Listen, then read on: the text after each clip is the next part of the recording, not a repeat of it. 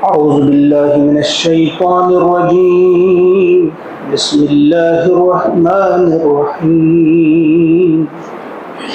وقال الذين كفروا إن هذا إلا إفك افتراه وأعانه عليه قوما آخرون فقد جاءوا ظلما وزورا صدق اللہ العظیم.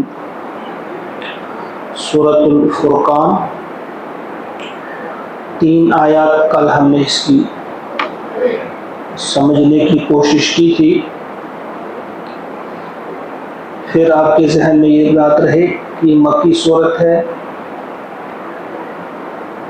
اور اس سورت میں قرآن کریم کے بارے میں یہ واضح کر دیا گیا ہے کہ اللہ کا کلام ہے، اس کی وضاحت آئی ہے، توحید کا تذکرہ ہے، رسالت کا تذکرہ ہے، خصوصاً ان 3 چیزوں کا تذکرہ. اب اسی سلسلے میں آپ دیکھیں آج والی جو آیت میں نے آپ کے سامنے پڑھی، آیت نمبر 4، اس میں وہ لوگ جو ماننے والے نہیں تھے، جو مانتے نہیں تھے نبی علیہ السلام کی اس بات کو کہ یہ اللہ کا کلام ہے، اب ان کی اس بات کا تذکرہ ہو رہا ہے کہ وہ کیا کہہ رہے تھے. اللہ کا ارشاد ہوتا ہے وَقَالَ الَّذِينَ كَفَرُوا، اور کہتے ہیں یہ لوگ جنہوں نے کفر کیا ہے، جنہوں نے محمد عربی صلی اللہ علیہ وسلم کی بات کو ماننے سے انکار کیا، وہ کیا کہتے ہیں؟ وہ کہتے ہیں ان ھذا الا، میں نے کہا تھا پہلے بھی، ان کے بعد اگر الا آ جائے تو ان کے معنی نہیں کے آتے ہیں. ایسے ان تو اس کا معنی جو ہے اگر ہے، اس طرح کہتے ہیں انشاءاللہ، اگر اللہ نے چاہا. لیکن اگر اس کے بعد الا آ جائے تو پھر یہ نہیں کے معنی میں آتا ہے. ان ھذا، نہیں ہے یہ، یعنی یہ قرآن، یہ فرقان، یہ نہیں ہے کچھ بھی، الا مگر، سوائے، افکن، من گھڑت ایک چیز ہے، بہتان ہے یہ، یعنی یہ من گھڑت ایک چیز ہے. افتراہ، افطرا، گھڑ لیا ہے، ہو اسے، اس شخص نے اس کو خود گھڑ لیا ہے، یعنی حضور نبی کریم صلی اللہ علیہ وسلم. ایسی جسارت وہ کر رہے تھے کہ یہ قرآن کے بارے میں کہہ رہے تھے کہ یہ کچھ بھی نہیں ہے، یہ من گھڑت ایک چیز ہے اور گھڑنے والا اس کا جو ہے وہ ہے خود یہ. وَأَعَانَهُ، اور اس کی مدد کی ہے، علیہ، اس پر، یعنی اس کام پر، اس کے گھڑنے میں اس کی مدد کی ہے، قوم آخرون، کچھ اور لوگوں نے. پہلے جب انہوں نے یہ بات کی کہ من گھڑت چیز ہے اور اس کو خود گھڑ لیا ہے اس نے، پھر خود ہی سوچا ان لوگوں نے کہ اتنے بیوقوف لوگ نہیں ہیں، وہ اس بات پہ یقین نہیں کریں گے کہ ایک امی شخص ہے جس نے پڑھا نہیں ہے، کچھ نہیں، وہ کیسے ایسی چیز لا سکتا ہے. پھر ساتھ ہی کہا وَأَعَانَهُ عَلَيْهِ قَوْمٌ آخَرُونَ، کچھ اور لوگوں نے اس کی مدد کی ہے، یعنی کوئی پڑھے لکھے لوگ تھے جنہوں نے اس کی مدد کی ہے. فَقَدْ جَاءُوا ظُلْمًا وَزُورًا، یعنی ایسی خبیث قسم کی بات انہوں نے کی، ایسی گھٹیا درجے کی بات ان لوگوں نے کی کہ اس کا جواب دینا بھی اللہ تعالیٰ نے پسند نہیں کیا. کیا فرمایا؟ فَقَدْ جَاءُوا ظُلْمًا وَزُورًا، کہ یہ ایک بڑے ظلم اور سفید جھوٹ پر اتر آئے ہیں. یعنی انہوں نے یہ جاؤ آتا وہ آئے، فقد جاؤ، یہ آ چکے ہیں، یہ یعنی ایسی گھٹیا حرکت پر یہ آئے ہیں. انہوں نے کیا کیا ہے؟ ایک تو انہوں نے بہت بڑا ظلم کیا، اور نمبر 2 انہوں نے بہت بڑا جھوٹ کہا. یہ بس اتنا ہی جواب دیا کہ یہ جھوٹ پر مبنی بات ہے اور یہ ظلم پر مبنی بات ہے. ایک بات تو یہ کہ یہ اللہ کا کلام نہیں ہے، نعوذ باللہ، یہ اس نے خود گھڑ لیا ہے، کچھ اور لوگوں نے اس کی مدد کی ہے. دوسری چیز کیا کہتے تھے وہ؟ وَقَالُوا، اور انہوں نے کہا، یعنی یہ بھی وہ کہتے ہیں اساطیر الاولین. ابے اجی کیا ہے اس میں؟ اساطیر الاولین، پرانے لوگوں کی کہانیاں ہیں، قصے ہیں. پرانے لوگوں کی قصے کہانیاں ہیں. اکتتبہا اس نے لکھوا لیا ہے، اس شخص نے لکھوا لیا ہے انہیں. اکتتبہا فہی تملا علیہ پس وہی تملا املا کی جاتی ہیں، پڑھی جاتی ہیں اس پر، یعنی رات کے وقت یا کسی وقت ان کو وہ پڑھی جاتی ہیں، وہ ان کو سمجھائی جاتی ہیں. اور تملا علیہ بکرۃ و اصیلا صبح اور شام. کیا کہا کہ دوسری چیز انہوں نے کہی کہ اس میں کیا ہے جو کہہ رہا ہے قرآن ہے یا اللہ کی کتاب ہے، اللہ کا کلام ہے، یہ تو پرانے لوگوں کی کچھ قصے کہانیاں ہیں جو اس نے لکھوا لیا ہے کسی سے، اور پھر وہ اس پر پڑھی جاتی ہیں، اس کو سنائی جاتی ہیں. تو تملا علیہ یعنی اس کو املا کی جاتی ہے، اس کو سنائی جاتی ہیں وہی باتیں بکرۃ و اصیلا صبح و شام. پھر وہ یہی دوپہر میں آ کر یا کسی وقت آ کر پھر یہ اوروں کو سناتا ہے. کل یعنی اس بات کا جواب اب کیا دیا جا رہا ہے اللہ تعالیٰ کی طرف سے. کل انزلہ الذی یعلم، آپ کہہ دیجئے، فرما دیں آپ اے نبی صلی اللہ علیہ وسلم کہ سنو، انزل نازل کیا ہو اسے. یہ جو بکواس کر رہے ہو تم کہ اللہ کا کلام نہیں ہے، یہ فلاں شخص نے گھڑ لیا ہے، لوگوں نے اس کی مدد کی ہے وغیرہ وغیرہ کا، یہ سب بکواس ہے. سنو ہے کیا، یہ ممکن نہیں جو تم باتیں بتا رہے ہو. کس نے لکھوایا، کون لکھا ہے، آپ سب جانتے ہیں، یہ کئی بار آپ کے سامنے بات آئی ہے، لیکن تھوڑا سا میں پھر آپ کے سامنے اس کو تھوڑی سی وضاحت کروں گا کہ یہ کس کس قسم کی باتیں گھڑتے تھے کہ اس نے خود بنایا ہے. یہ ایک تو ان کا یہ اعتراض تھا کہ اس نے تجارتی سفر کیے تھے، تو تجارتی سفر کے دوران کچھ یہودی علماء یا نصرانی علماء سے کچھ انہوں نے سیکھا تھا، جیسے بحیرہ راہب کا بھی نام لیا جاتا تھا کہ اس سے بھی انہوں نے کچھ سیکھا ہے. دوسری بات جو وہ کہا کرتے تھے کہ، لیکن پہلے اسی بات کا جواب سنیے کہ کیا یہ ممکن ہے، تجارت وہ کرتے تھے نبوت کے اعلان سے پہلے، کہیں ایک بار بھی کسی نے تذکرہ تو کیا ہوگا کہ ہمارے ساتھ تھے تو ان نے ہمارے سامنے کچھ لوگوں نے ان کو پڑھایا، ان کو کچھ بتایا، کچھ لکھوایا. دوسری چیزیں اکیلے تو ہوتے نہیں تھے، بہت سارے ان کی قوم کے لوگ شامل ہوتے تھے، وہ اس بات کا اظہار کرتے، انہوں نے یہ بات تو نہیں کی. تیسری بات اس کے رد کرنے کے لیے یہ بھی کافی ہے کہ جو بکواس کر رہے تھے اس قرآن میں کچھ پیشن گوئیاں ہیں. وہ کیسے وہ کہہ سکتے تھے، کچھ پیشن گوئیاں ہیں اور وہ حرف بحرف صحیح ہوئی. مثلا ایک پیشن گوئی ہے جب روم جو ہے وہ مغلوب ہوا، سورہ روم آپ نے پڑھا ہے، غلبت روم، اور اس میں پیشن گوئی کی کہ عنقریب یہ غالب آ جائے گا، اور پورا ہو گیا. اور اسی میں کچھ اور باتوں، کچھ اور واقعات کا تذکرہ، جیسے بدر کے واقعات کا تذکرہ ہے، واقعی عشق اس میں بیان کیا گیا ہے. تو یہ ان کے پاس کہاں علم تھا، وہ کہاں کہہ سکتے تھے یہ باتیں، یہ تو قرآن ہی ہے، تو اللہ کی کتاب ہے. پھر اسی کتاب میں اللہ تعالیٰ نے یہود اور نصارہ کے عقائد اور ان کے اخلاق اور کردار پہ کڑی تنقید کی ہے. تو وہ یہودی علماء یا عیسائی علماء، نصرانی علماء، وہ کیسے لکھاتے یہ باتیں، ان کو اپنے نقائص کیسے بیان کرتے ہو، کیسے بتاتے کہ ہم نے یہ اور یہ نقص ہے. وہ ساری چیزیں جو ہے وہ من گھڑت ہیں ان کی جو بتائی ہوئی ہے. تو یہاں اس کے جواب میں صرف اللہ تبارک و تعالیٰ نے، ہاں ایک اور بات بھی، جو ایک اور وہ کہتے تھے کہ ان کے پاس کوئی غلام ہے، یہودی غلام ہے، فلاں غلام ہے، اس سے انہیں سیکھا ہے. دو نام اس میں آتے تھے عام طور پہ، یسار اور جبر کا، وہ دو نام کی ان سے سیکھتے ہیں.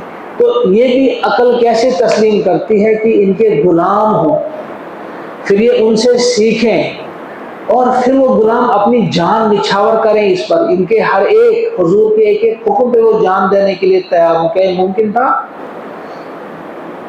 اگر فرض کرو کسی وجہ سے وہ تیار بھی ہو جاتے ہیں، ممکن بھی کہتے ہیں، ہو جاتا ہے یہ، لیکن پھر ایک اور بات کہ پھر تو حضور کے بعد وہی دو غلام جو تھے یا جن کا وہ نام لیتے تھے، پھر وہی ہونے چاہیے تھے معزز. حضور کی مجلس میں، حضور کے بعد، لیکن ایسا نہیں تھا. وہاں تو ابو بکر کا نام آتا ہے، پھر حضرت عمر کا نام آتا ہے، حضرت عثمان کا نام آتا ہے، حضرت علی کا نام آتا ہے، ابو عبیدہ کا نام آتا ہے. وہ غلاموں کا تو کہیں تذکرہ ہی نہیں. اگر وہی سکھاتے نعوذ باللہ تو کیا پھر وہ تو حضور کے بعد وہی ہوتے. اور پھر ان کا جواب یہاں بھی وہی دیا جا سکتا ہے. پھر پیشن گوئیاں اس میں مختلف قسم کی، وہ تو واضح ہے کہ یہ ان کی من گھڑت باتیں تھیں، یہ ان کا بکواس تھا، یہ ان کی، آپ یہ سمجھیں کہ جس طرح اندھا کوئی تیر چلائے تو وہ وہی تھا، اندھے کا وہ تیر چلانا، انتہائی غلط بات. اب ایک ہی صورت رہتی ہے کہ اس کا نازل کرنے والا کیسا ہونا چاہیے، وہی جواب دیا جا رہا ہے. کل آپ کہہ دیجئے ان سے کہ یہ نہیں ہو سکتا کہ اس قسم کا کلام کوئی شخص لائے، پاسبل ہی نہیں ہے، ممکن ہی نہیں ہے. سنو، اس کا نازل کرنے والا کون ہے؟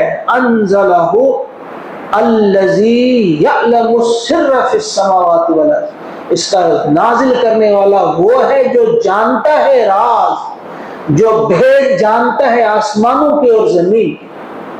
یعنی یہ کلام لانے پہ قادر وہی ذات ہو سکتی ہے جو ماضی کے حال سے بھی پوری طرح واقف ہو، ماضی کے رازوں سے بھی پوری طرح واقف ہو، حال جو ہے اس سے بھی واقف ہو، اور مستقبل میں کیا ہونے والا ہے اس سے بھی واقف ہو. اور وہ ایک ہی ذات ہے، وہ اللہ کی ذات ہے. تو فرمایا اس کا نازل کرنے والا وہی ہے، وہی ذات ہے جو تمام بھید جانتی ہے، ہر راز سے واقف ہے. وہ ماضی کا راز ہو، حال کا ہو یا مستقبل کا ہو، یعنی تمام رازوں سے وہ واقف ہے. انہو کان غفورا رحیما، اور یہ بھی جان لو کہ بے شک وہ غفور اور رحیم ہے. گویا اس کے بعد پھر یہ اللہ تعالیٰ کا کرم ہے، احسان ہے کہ اس کے بعد پھر ان کے لیے ایک مہلت دی کہ ارے احمقو، بیوقوفو،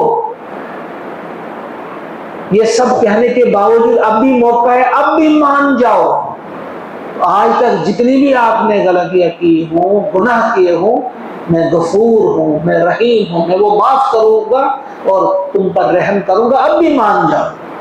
یعنی کوئی لمحہ بھی ایسا نہیں ہے جب اللہ تعالیٰ کسی کو ناراض کر دیتا ہے یا مایوس کر دیتا ہے کہ بس تیرے لیے اب کوئی چانس نہیں ہے، بس دفع ہو جاؤ. نہیں. پھر کہا کہ یہ جو بدتمیزیاں کرتے ہو، بدبختیاں تمہاری یہ دیکھ کر بھی، تمہاری یہ بکواس سن کر بھی، غلط قسم کا یہ پروپیگنڈا تمہارا سن کر بھی، یہ سب کچھ جاننے کے باوجود میں تمہیں اور مہلت دیتا ہوں، میں غفور ہوں، رحیم ہوں، اب بھی واپس آ جاؤ. اب بھی اس وقت کے لوگوں کے لیے بھی ہے جو جتنے نفرت میں، تعصب میں اندھے ہو چکے ہیں اور مخالفت میں لگے ہوئے ہیں، قرآن کو ماننے کے لیے تیار نہیں، آخری نبی محمد عربی صلی اللہ علیہ وسلم کو ماننے کے لیے تیار نہیں. ان کے سامنے بھی یہ قرآن کہہ رہا ہے کہ چھوڑو، جو بھی آج تک تم نے بکواس کیا ہے چھوڑ دو اس کو، آ جاؤ واپس، میں ہوں اور تمہاری مغفرت کے لیے میں تیار ہوں، تم پر رحم کرنے کے لیے میں تیار ہوں، اب بھی واپس آ جاؤ. اب ایک اور اعتراض جو وہ کرتے تھے وہ بھی اس وقت پڑھ لیں گے ہم. وقالو، اور وہ کہتے ہیں، وقالو کے معنی جو ہے وہ انہوں نے کہا اصل میں، لیکن یہ جو سیاق اور سباق میں بات چل رہی کہ وہ کیا کیا کہتے تھے، اس لیے اس کا ترجمہ کرنے والے کہتے ہیں کہ وہ یہ بھی کہتے ہیں. اور کہا انہوں نے ما لہذا الرسول، کیسا ہے جی یہ رسول، تو کیسا رسول ہے، یاکل الطعام، یہ کھانا کھاتا ہے. پہلے تو قرآن کے بارے میں اعتراض کیا نا کہ یہ من گھڑت ہے، یہ ہے وہ ہے. اب رسول کے بارے میں، چلو جی رسول اگر بھیجنا ہی تھا تو کسی ایسی مخلوق کو بھیجا جاتا ہے، نوری مخلوق کو بھیجا جاتا ہے. یہ کیسا رسول ہو سکتی ہے، تو کھانا کھاتا ہے جیسے ہم کھاتے ہیں. یاکل الطعام و یمشی فی الاسواق، یہ بازاروں میں چلتا ہے جس طرح ہم چلتے ہیں ٹپ ٹپ ٹپ اپنی جوتیاں چٹکاتے ہوئے، یہ بھی ہماری طرح چلتا ہے. یہ کیسا رسول ہے. لولا انزل الیہ ملک، لولا انزل الیہ، کیوں نہیں اتارا گیا اس کی طرف ایک فرشتہ، یعنی اس کے ساتھ ایک فرشتہ بھی ہونا چاہیے تھا اگر یہ رسول ہے. چلو جی اب فرشتہ نہیں بھیجا اللہ نے، انسان ہی کو بھیجا، لیکن اب اس کے ساتھ کوئی فرشتہ ہونا چاہیے تھا. فیکون، تو وہ ہوتا، معہو، اس کے ساتھ ساتھ، نذیرا، دھمکاتا ہوا، دھمکانے والا. وہ کہتا کہ بھائی یہ رسول ہے، مانو گے تو ٹھیک ورنہ تم پر بجلی گرے گی، ورنہ تم کو دھنسا دیا جائے گا، ورنہ تم پر فالج گرا دیا جائے گا، تم کو پاگل کر دیا جائے گا، یہ کر دیا جائے گا، مانو۔ یعنی کوئی اگر یہی بھیجنا تھا تو ٹھیک ہے، بھیجا اسی کو، لیکن اب کوئی اس کے ساتھ ساتھ فرشتہ ہونا چاہیے تھا جو ڈراتا دھمکاتا بھی لوگوں کو کہ اس کی بات مانو ورنہ یہ ہوگا، وہ ہوگا، وہ ہوگا۔ یا پھر ایک اور چیز وہ بتاتے تھے، او یا یلقا الیہ، اتارا جاتا اس کے ساتھ ساتھ یا اس کی طرف کنز، ایک خزانہ ہی۔ یعنی اگر اب اسی کو بنانا تھا رسول اسی حالت میں، تو اتنی فقیری کی کھانے کے لیے بھی ان کے پاس کچھ نہیں، کئی دن کا فاقہ ہوتا ہے۔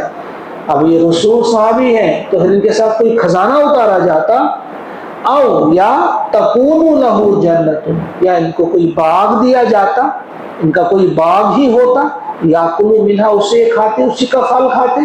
باغ بھی کوئی ان کے پاس نہیں، کوئی خزانہ بھی ان کے پاس نہیں، تو یہ کیسے رسول ہے؟ وقال الظالمون، اور کہا ان ظالموں نے، ان تتبعون، آگے پھر اللہ ہے، ان تتبعون الا رجلا مسحورا، نہیں اتباع کرتے، نہیں تم پیروی کرتے، ان تتبعون، نہیں تم اتباع کرتے ہو، پیروی کرتے ہو، الا، سوائے، رجلا مسحورا، ایک مسحور شخص کا، ایک سحر زدہ، ایک ایسے انسان کی تم پیروی کرتے ہو جو جادو کا مارا ہوا ہے، جس کا جادو ہوا ہے۔ کبھی آپ کو ساحر کہتے تھے، جادو کرنے والا، کبھی آپ کو مسحور کہتے تھے جس پر جادو کیا گیا۔ یہ مختلف ان کی باتیں تھی، کبھی آپ کو شاعر کہا جاتا تھا، کبھی کاہن کہا جاتا تھا، مختلف قسم کی گالیاں، مختلف قسم کی بےہودہ قسم کی باتیں وہ کرتے تھے کہ یہ دیکھو یہ تو کچھ بھی نہیں ہے۔ وہ کہتے تھے کہ بھائی جو دیوی دیوتاؤں کو ماننا چھوڑ دے گا وہ بھی پاگل ہو جاتا ہے، وہ مجنون ہو جاتا ہے، ایک قسم کا مجنون۔ وہ کبھی کبھی انہیں کہتے تھے کہ یہ مجنون ہے، کبھی کہتے تھے کسی نے سحر کیا ہے، کبھی کہتے تھے کسی نے کچھ کیا ہے۔ تو یہ ان کی باتیں ہیں، ان کا جواب ہم کل پڑھیں گے انشاءاللہ۔ یہ آیت نمبر 8 تک ہم نے اس کو مکمل کیا۔ اللہ تعالیٰ سے دعا ہے کہ ہم کو توفیق عطا فرمائے کہ ہم اگرچہ زبان سے تو مانتے ہیں یہ اللہ کا کلام ہے، مگر کہیں ایسا نہ ہو کہ ہمارے اس ذہن کے کسی کونے میں یہ بات بیٹھی ہوئی ہے کہ نہیں ہے بھی کہ نہیں ہے، کیونکہ اگر ہم اس کے کسی حکم کو ٹھکرائیں گے، مانیں گے نہیں، وہ کچھ شک سا کہیں ہو جاتا ہے۔ لہذا ہم کو بار بار ٹٹولنا چاہیے کہ یہ جو باتیں سمجھائی گئی ہیں کہ یہ کسی کا لکھا ہوا، کسی کا پڑھایا ہوا، کسی کا سکھایا ہوا نہیں، بلکہ یہ اللہ کا کلام ہے، اور اتارا گیا نبی اکرم صلی اللہ علیہ وسلم کے دل اطہر پر، اور حضور نے کوئی خیانت نہیں کی، من و ان، ہم تک پہنچایا۔ اللہ سے دعا ہے کہ ہمیں توفیق عطا فرمائے کہ ہم اس کو پڑھنے میں کامیاب ہو جائیں، اس کو سمجھنے میں کامیاب ہو جائیں، اور وہ ہمیں توفیق دے کہ یہ کلام، یہ پیغام ہم اپنے تمام برادران وطن تک بھی پہنچانے میں کامیاب ہو جائیں۔ اللہم اجعل القرآن ربیع قلوبنا ونور ابصارنا وشفاء صدورنا وذهاب همومنا وغمومنا ربنا تقبل منا انك انت السميع العليم آمین ثم آمین۔